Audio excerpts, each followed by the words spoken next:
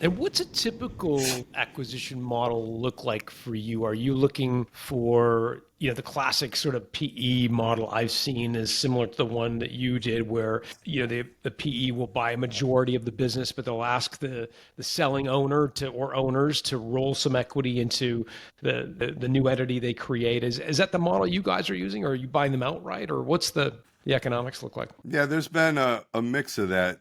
We can buy them outright, but in some businesses that we've acquired, take a smaller multi-shop owner that might own 6 to 10 locations. Him rolling some money into Crash Champion stock, both works for him in that we're going to continue to grow the company. That money's going to continue to grow. He doesn't have to pull it out and pay the taxes on it immediately. He'll have the tax consequences when he takes it out. So there's advantages to the seller of not taking all the money out, rolling some, and us growing it. And from our perspective, when we're doing it that way, we go then and introduce ourselves to his team. He's not saying, "Hey, I sold the business, I'm out." He's basically saying, "Look, I found an opportunity for me and for you. We're gonna sell the Crash Champions, but I'm gonna continue on with some ownership." And the team doesn't know if he rolled $20 million or $1 million.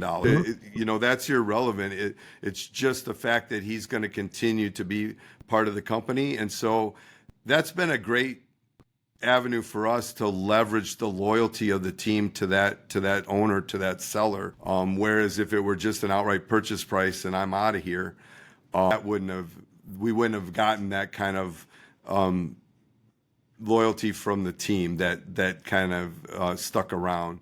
So out of the 130 acquisitions that we've done to get to this number of shops, less than 30 of them have been where we rolled money. It isn't something that we've done often, but we've done deals like that. We've done deals where the seller will finance some, and again that works out well because we pay a pretty good interest rate, probably better than they're going to do just taking the money and putting it in a money market or something. And again, the tax consequences are avoided for a minute, but the majority are outright purchases. Got it. And I'm assuming that you have acquired businesses that are what I'll call professionally run. I hate to use that term. I'm using it in air quotes, but they've got people that went to fancy business schools and they've got financiers on the board, and like you're buying a professionally run company. And then I'm guessing there are other situations where you're buying kind of an owner operated shop. Maybe the gal didn't go to fancy university, but they've kind of up by the bootstraps. Is it fair that you'd have both of those sorts of companies that you've acquired over years? Most of them are the owner operator bootstrapped it. Most of them are baby boomer generation that built this business and their kids either don't want it or aren't capable of running it, or a mixture of both. And they've come to that point where they want to look to sell. And so there's not a lot of sophistication. Even in that, there's a big variance in sophistication of some of them are literally giving you paperwork on a napkin, and some are giving you pretty sophisticated financials. And ultimately, buying either one of them has worked for us. The guys who are more sophisticated, the financials are more supportable. They end up getting paid better because what we're doing is in a range of,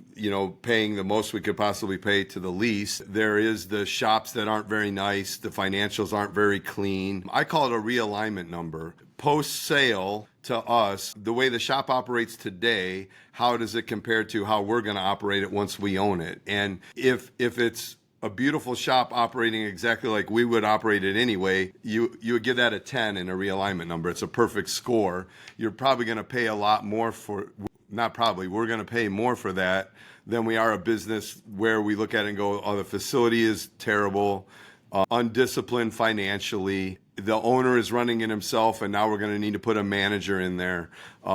In our case, we're an insurance friendly business. They're not insurance friendly at all. Like that would be the extreme of where we give that a 2. We know we can turn the location into something that's going to take us a couple years. We would buy that business too, but what we pay for it's going to be far less than what we pay for the better one. And give me a sense of the range of multiples. I know you don't want to talk multiples per se, but like on your 2 and 10 scale, would the 10 be worth twice as much as the 2 or 3 times as much as the 2? Yeah, I would say that's a good Like twice 2 to as 3 much. times. Yeah, twice as much. Okay. Twice to 3 times.